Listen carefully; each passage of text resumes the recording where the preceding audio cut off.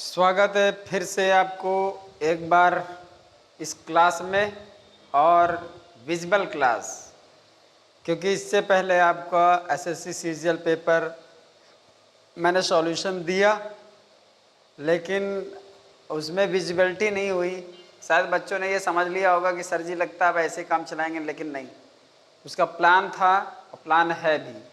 क्योंकि मैं समझता हूँ कि वो जो पेपर आपको मैं सॉल्यूशन भेजता हूँ, अगर आप उसको केवल देखेंगे तो एक दिन वो समय आएगा कि आपको एसएससी सीजीएल का 25 नंबर का जो आपका पेपर आता है 25 क्वेश्चंस का, वो एकदम बिल्कुल हल्का लगेगा, बिल्कुल हल्का।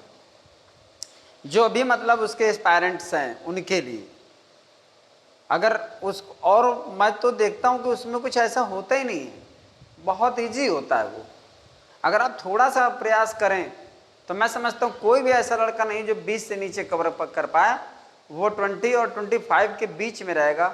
अगर एक आध क्वेश्चन वो गलती से मिस कर जाता है कन्फ्यूज़न में, तो मैं नहीं कह सकता, बाकी वो 22-23 क्वेश्चन तक आराम से ला सकता है। इतना इजी पेपर होता है, लेकिन वो इतना इजी चूँकि इसलिए नहीं लगता क्योंकि जब आप अचानक फेस करते हो तो वो आपको थोड़ा डिस्टर्ब करता है। बाकी जिस समय ये आप क्वेश्चन सॉल्व करोगे, तो मेरी सलाह यही है कि जो भी इस तरह के सॉल्यूशन में भेजूँ आप उनको कंटिन्यू देखिए। वो हर तरह के एग्ज़ाम के लिए इम्पोर्टेंट है, हर तरह के एग्ज़ाम के लिए। वही दिन रात वाली मीनिंग पूछी जाती है, दिन रात वाली इडियम्स पूछ दिया जाते हैं, लेकिन चूंकि ऑप्शन में होता है तो कन्फ्यूज़न क्रिएट होता है, बस इतनी सी बात होती है। चलिए, तो यहाँ पर मैंने फर्स्ट 2 यहाँ पर इडियम्स लिए हुए हैं, और इडियम्स भी उसमें ज़्यादा पूछे जाते हैं और थोड़ा नॉर्मल कभी कभी स्पेशल भी आ जाता है। तो ज़्यादा से ज़्यादा हम उनको अगर ध्यान देते हैं, सॉल्व करते हैं, तो इस तरह से वो आपके लिए काफ़ी इजी मैटर हो जाता है। तो देखो, सभी जानते हैं कि लगातार प्रैक्टिस ही आपको मजबूत बनाती है, तो इसलिए हम इसमें अपना ध्यान ज़रूर बनाए रखें।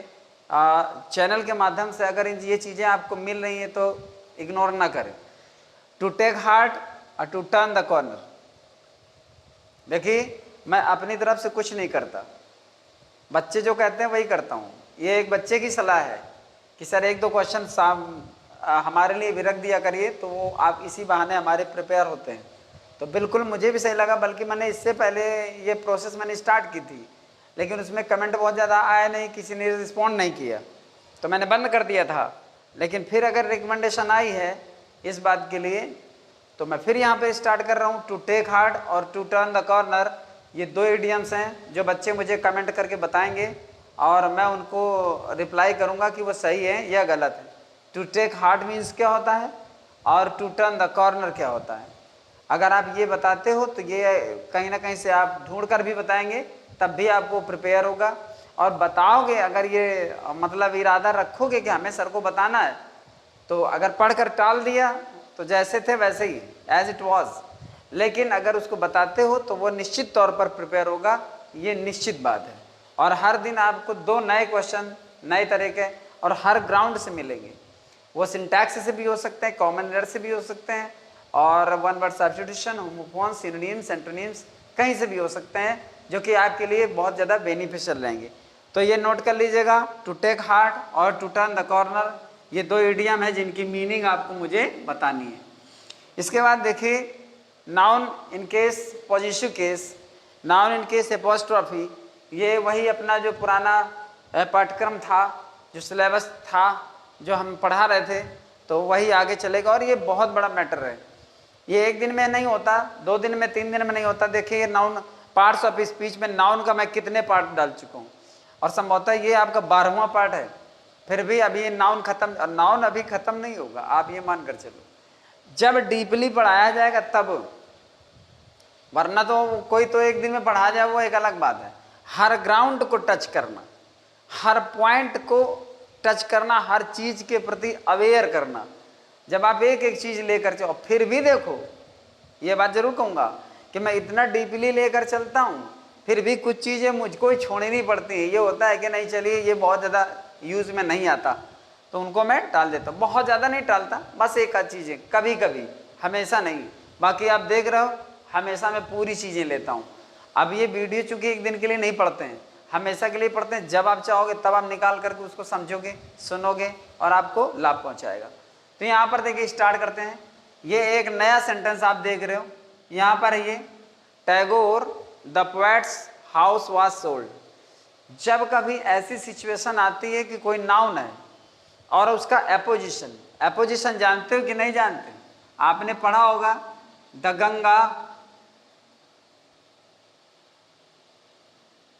ए हॉली रिवर,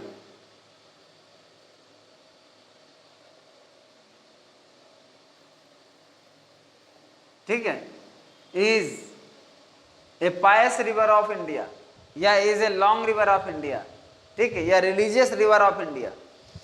अब ये गंगा नाउन है और ये जो लिखा हुआ ये भी गंगा के लिए ही लिखा है।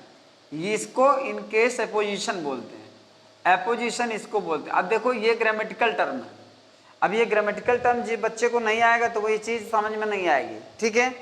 तो यहाँ पर जब ये एपोजिशन का मतलब होता है side by side, side by side, और साइड बाय साइड का मतलब होता है बी साइड। अब बी साइड का मतलब होता है नजदीक, निकट, पास। मतलब ये फ्रेज है, ये नाउन है, ये नाउन है और ये नाउन फ्रेज है। अर्थात एक ऐसा नाउन फ्रेज आता है जो इस वाले नाउन को एक्सप्लेन करता है। गंगा क्या है? एक पवित्र नदी है। पवित्र नदी कौन है? गंगा है। होते दोनों चीजें एक ही हैं, बट ये नाउन होता है और ये इसको एक्सप्लेन करने वाला ये नाउन फ्रेज होता है। और ये एपोजिशन की सिचुएशन क्या होती है? जब कोई एक्सप्लेन करने वाला फ्रेज, नाउन को एक्सप्लेन करने वाला फ्रेज जब आता है तो हम उसको बिल्कुल पास में ही रखते हैं, और खासियत ये होती है कि दो कॉमा के बीच में रखते हैं। ये था एपोजिशन। अब जब ये एपोजिशन की सिचुएशन आती है तो ऐसे में क्या किया जाता है? ऐसे में अब देखे लगेगा टैगोर द पोएट्स या टैगोर द ग्रेट पोएट्स, कुछ भी लिख दिया जाए, टैगोर अ बंगाली पोएट्स, कुछ भी लिख दिया जाए, ठीक है ना। तो यहाँ पर अगर ये लिख दिया गया है या Tagore the writer of Gitanjali, कुछ भी लिख दिया जाए, ठीक है, तो उसमें क्या होता है, जब इस तरह के सिचुएशन में अपॉस्ट्रोफी यूज करना होता है तो इस नाउन में अपॉस्ट्रोफी नहीं यूज करते। ध्यान रखिए, बहुत जरूरी पॉइंट है। अगर कभी आप देखोगे और अगर यहाँ पे लगा है ऐसे Tagore's the poet house was sold, मतलब कभी टैगोर का घर बेच दिया गया, अगर ऐसी सिचुएशन आती है तो फिर आप ये समझ लीजिए कि कंफ्यूज आप जरूर होंगे। तब होता क्या है कि कभी भी मेन जो नाउन होता है इसमें अपॉस्ट्रोफी कभी नहीं लगता, जो एपोजिशन में रखा होता उसमें लगता है। क्योंकि अगर यहाँ आप लगा के देखो, ये लगाएगा तो इससे पोजीशन बताएगा, मतलब टैगोर का कवि ऐसा करके बताएगा, ठीक है। तो यहाँ पर ऐसा नहीं होता है। जैसे हम ये लिख दें कि विक्रमादित्य,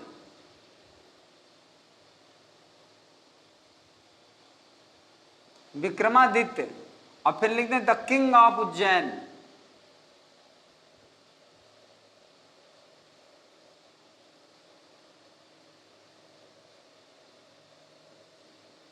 किंग ऑफ उज्जैन, ठीक है।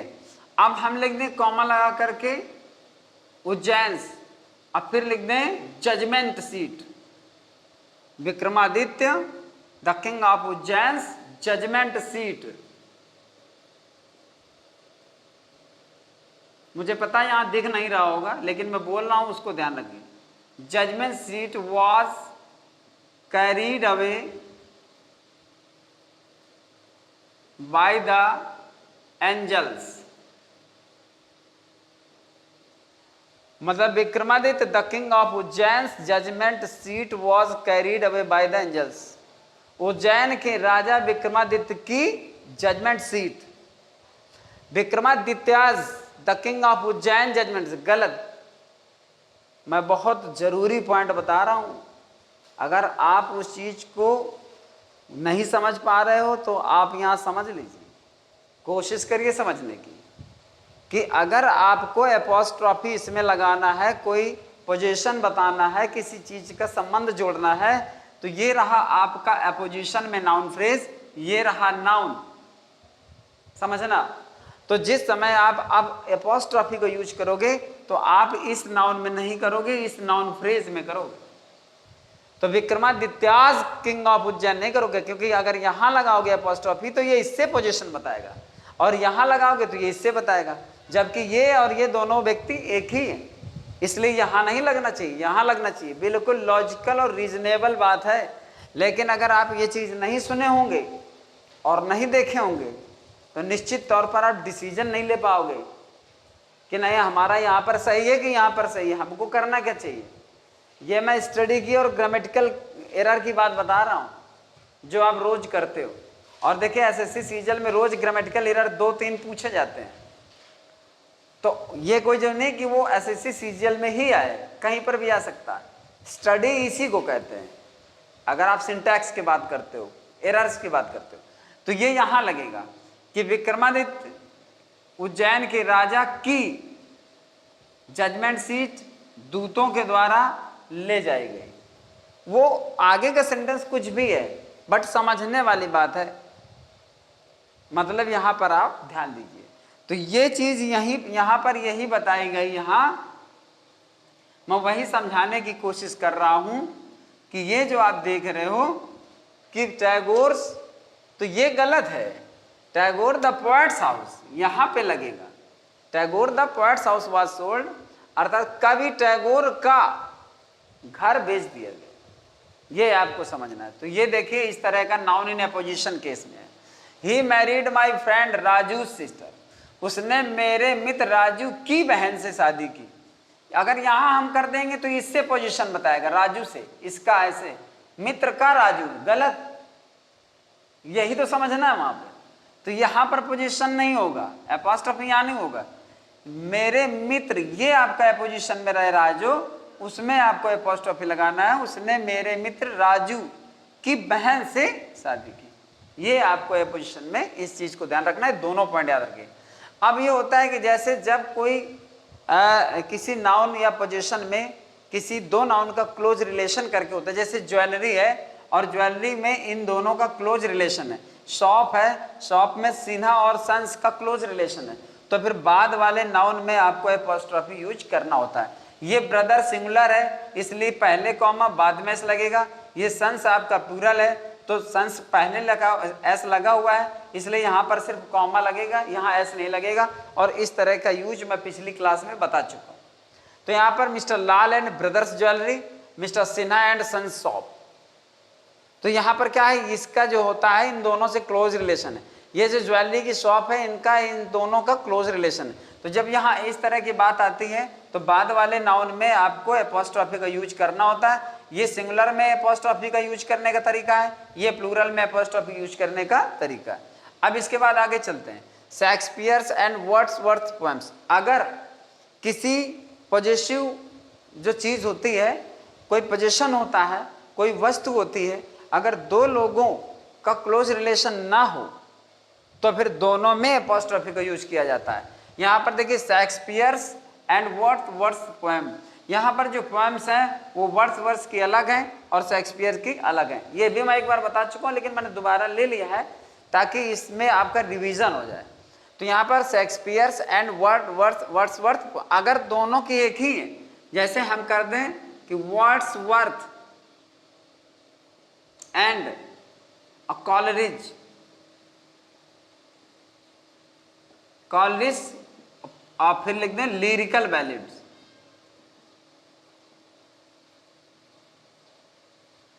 ऐसे करके अगर लिख दें, चूंकि एक पोएम लिखी गई थी लिरिकल बैलेड नाम की, ठीक है, जिसमें ये वर्ड्सवर्थ थे और जो कॉलरिज थे, एसटी कॉलरिज, इन दोनों ने मिल के लिखा था, समझना।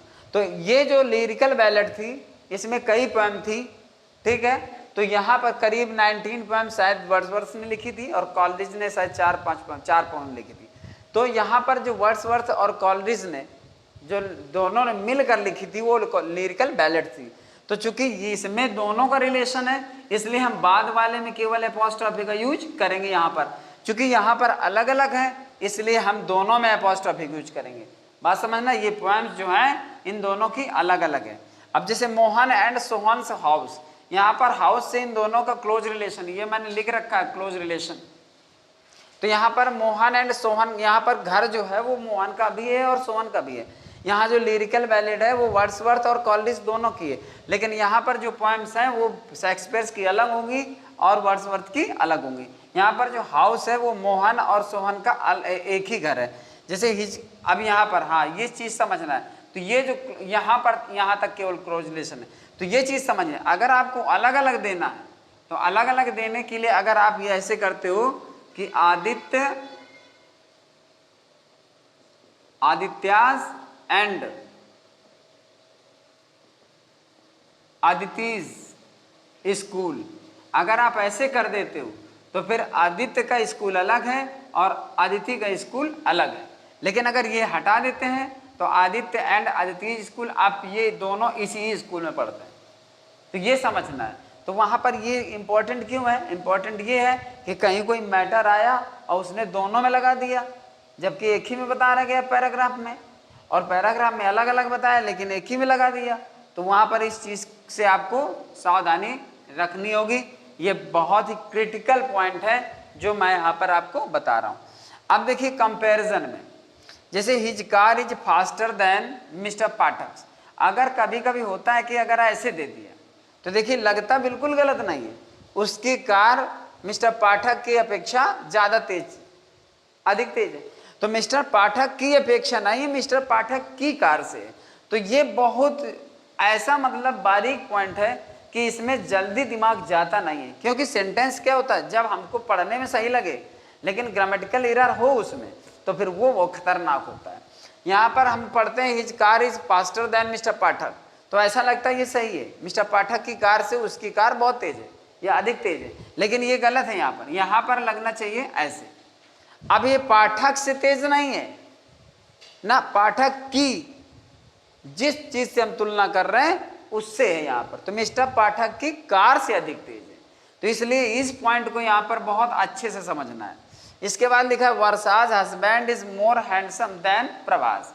अब देखिए यहाँ पर वर्षाज हस्बैंड, यहाँ पर भी आपको लगाना पड़ेगा और यहाँ पर भी लगाना पड़ेगा। अगर हम यहाँ पर ऐसे कर दें तो फिर गलत है हमारा, क्योंकि वर्षा के पति प्रभा के पति से अधिक सुंदर है, तो Varsha's husband is more handsome than Prabha, Prabha से सुंदर नहीं है, प्रभाज, यानी यहाँ पर आपको एपॉस्ट्रोफी लगाना पड़ेगा, प्रभा के पति से अधिक सुंदर।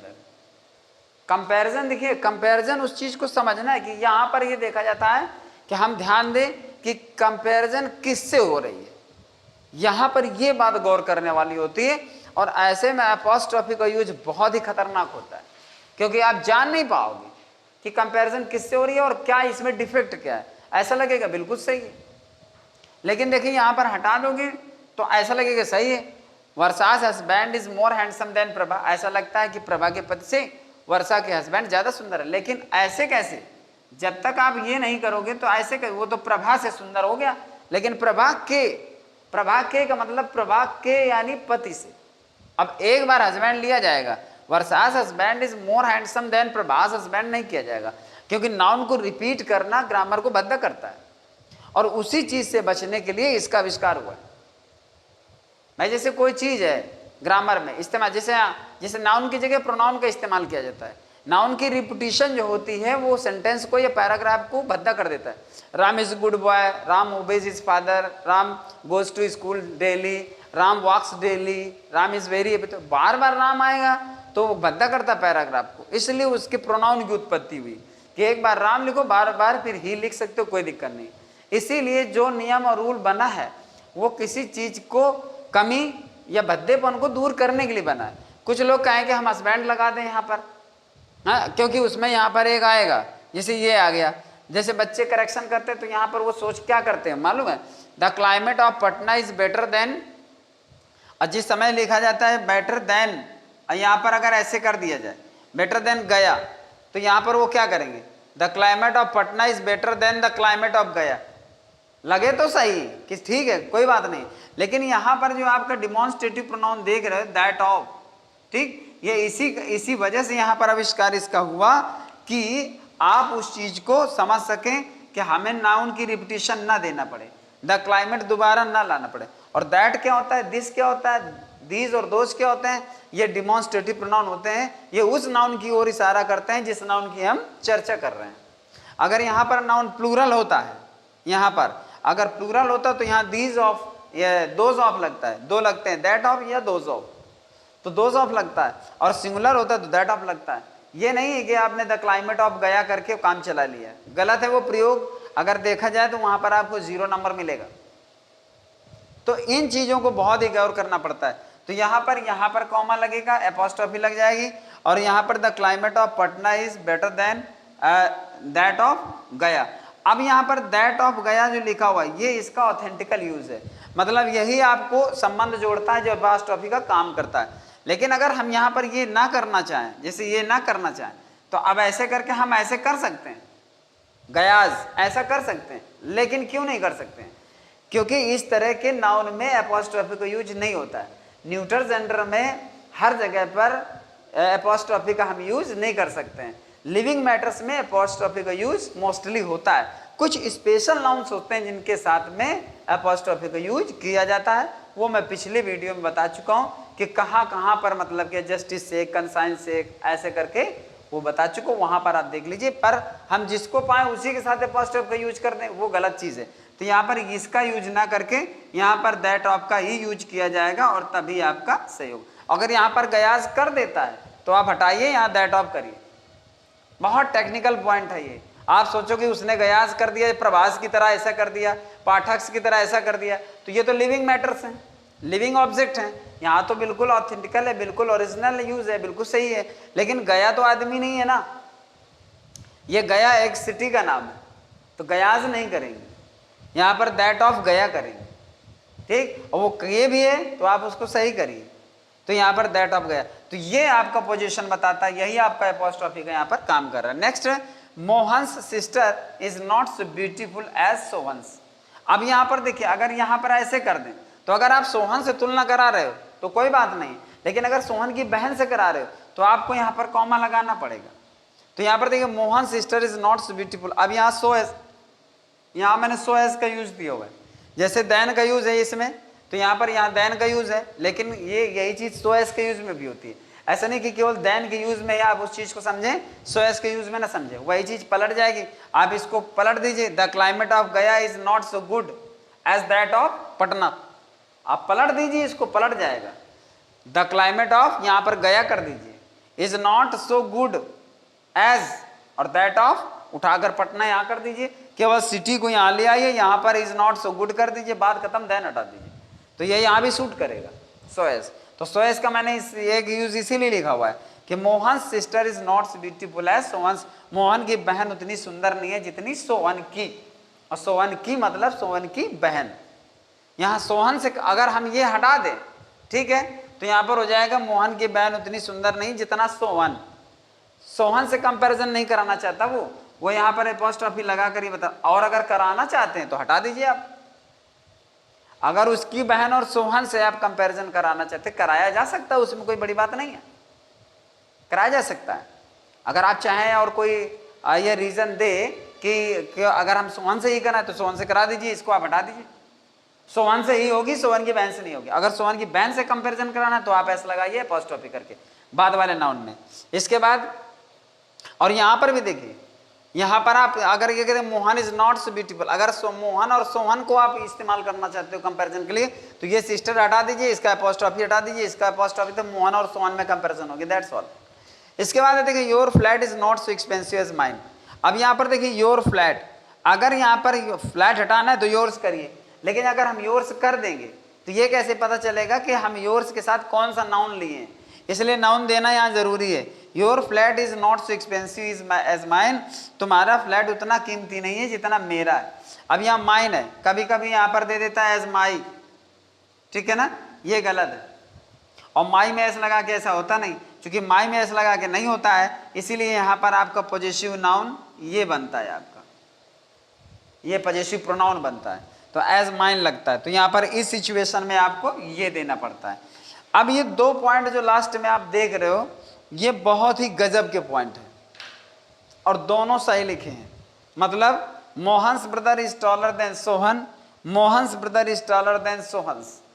अब समझोगे कि दोनों चीजों में अंतर है, कोई अंतर अवश्य है, लेकिन दोनों करेक्ट हैं। दोनों करेक्ट देखना कैसे है, बहुत अभी पॉइंट की चीज है, और ये चीज आपको ध्यान रखना अगर इस्तेमाल करना है तो। और अगर इस्तेमाल करके कहीं दिया जा रहा है तो be alert, because it is very critical point. क्या है? Mohan's brother is taller than Sohan. Mohan का भाई सोहन से अधिक लंबा है। यहां पर मोहन के भाई की कंपैरिजन सोहन से हो रही है, तो ये भी सही है, कोई दिक्कत नहीं इसमें। मोहन के भाई की कंपैरिजन सोहन से कराई जा सकती है। मोहन का भाई सोहन की अपेक्षा अधिक लंबा है, तो बिल्कुल सही है। यहां पर मोहन के भाई की कंपैरिजन सोहन से हो रही है। अब ये लिखा Mohan's brother is taller than Sohan's. Mohan का भाई सोहन के भाई से अधिक लंबा है। अब यह मोहन और सोहन से कोई मतलब नहीं, यहाँ मोहन के भाई से सोहन के भाई की तुलना हो रही है। तो इस एपोस्ट्रॉफी आपको समझना है यूज। यहाँ पर नहीं लगाओगे तो मोहन के भाई की तुलना सोहन से होगी, और यहाँ पर लगा है और यहाँ पर भी लगा दोगे तो यहाँ पर दोनों के भाइयों में तुलना होने लगेगी कि मोहन के भाई की मोहन का भाई सोहन के भाई से अधिक लंबा है। अब इन चीजों में अगर आपको कोई डाउट हो, कोई परेशानी हो पूरे आज की क्लास में कहीं पर भी, तो आप मुझको कमेंट करके बताइए। पूरी तरह से मैं तुम्हारे डाउट को क्लियर करूंगा। और देखिए, मैं समझता हूं कि अभी तक मैंने जो भी क्लास एपोस्ट्रॉफी से रिलेटेड ली है, मुझे तो भाई आज की क्लास बड़ी इंपॉर्टेंट लग रही है, और क्योंकि बहुत अच्छे पॉइंट्स है इसमें, और इसमें आसानी से बच्चा चकमा खा सकता है, आसानी से इसमें कंफ्यूज हो सकता है, आसानी से धोखा दिया जा सकता है। जैसे आप पहले वाले सेंटेंस को ले लीजिए, इस वाले सेंटेंस को ले लीजिए, यहाँ पर जितने भी सेंटेंस लिखे हैं वो बिल्कुल चुने हुए सेलेक्टेड सेंटेंस हैं, और ये सब आपका noun in case apostrophe, noun in positive case में आपको इस्तेमाल करने को मिलेगा। और ये जो आपका पॉजिटिव केस चल रहा है, नाउन इन केस एपोस्ट्रॉफी आपका टॉपिक चल रहा है, उसमें सारी चीज़ें हैं, तो मैं आपको बता रहा हूँ। धीरे धीरे मैं उस टॉपिक को आगे बढ़ा रहा हूँ, जरूरी बिंदुओं पर मैं आपको प्रकाश डाल रहा हूँ। तो यहाँ पर आपको समझना है, अगर क्लास अच्छी लगे तो बस वही चीज़ है कि आप उस पर कमेंट करिए, लाइक करिए, शेयर करिए, सब्सक्राइब भी करिए। ये मैं कभी कभी कहता हूँ, हमेशा नहीं कहता हूँ, क्योंकि मैं जानता हूँ कि जिनको सब्सक्राइब करना वो कर ही लेते हैं, जिनको लाइक करना है वो कर ही देते हैं, जिनको नहीं करना है वो नहीं करते हैं, जिन्हें शेयर करना है वो शेयर करते हैं, जिनको नहीं करना वो नहीं करते हैं। तो इसमें ऐसी कोई बात नहीं है। लेकिन कभी कभी ऐसा होता है कि जानते हो, मन की बात और मन की इच्छा कभी न कभी जुबान पे आ ही जाती है, तो इसलिए मैं कभी कभी कह देता हूँ, और कहना भी चाहिए, क्योंकि ये हमेशा यूट्यूबर की डिमांड रहती है। लेकिन ऐसा कुछ नहीं है, आपकी इच्छा है तो कमेंट करिए, लाइक करिए, वरना इसको पढ़िए और समझिए। तुम अपना मतलब देखो, मेरा मतलब तो यही बेमतलब में चल ही रहा है, ठीक है ना। तो हारे के हर नाम है, बाकी तो तमाम है। खैर, तो आज की क्लास के लिए ऑल द बेस्ट, और सभी बच्चों को शुभकामनाएं। पढ़ते रहिए, अपना ज्ञान बढ़ाते रहिए। ईश्वर सबको सुखी रखे, स्वस्थ रखे। मेरी तरफ से सभी बच्चों को बहुत बहुत शुभकामनाएं हमेशा, और मेरे पास जो भी टूटा फूटा आशीर्वाद है वो हमेशा बना रहता है। सबके लिए मैं बहुत अच्छे विचारों में हमेशा कामना करता रहता हूँ कि सारे बच्चों को लाभ हो और लाइफ में जल्दी जल्दी सभी को सफलता मिलती रहे। तो बस इन्हीं शब्दों के साथ आज की क्लास का एंड होता है। सभी को शुभकामनाएं। धन्यवाद।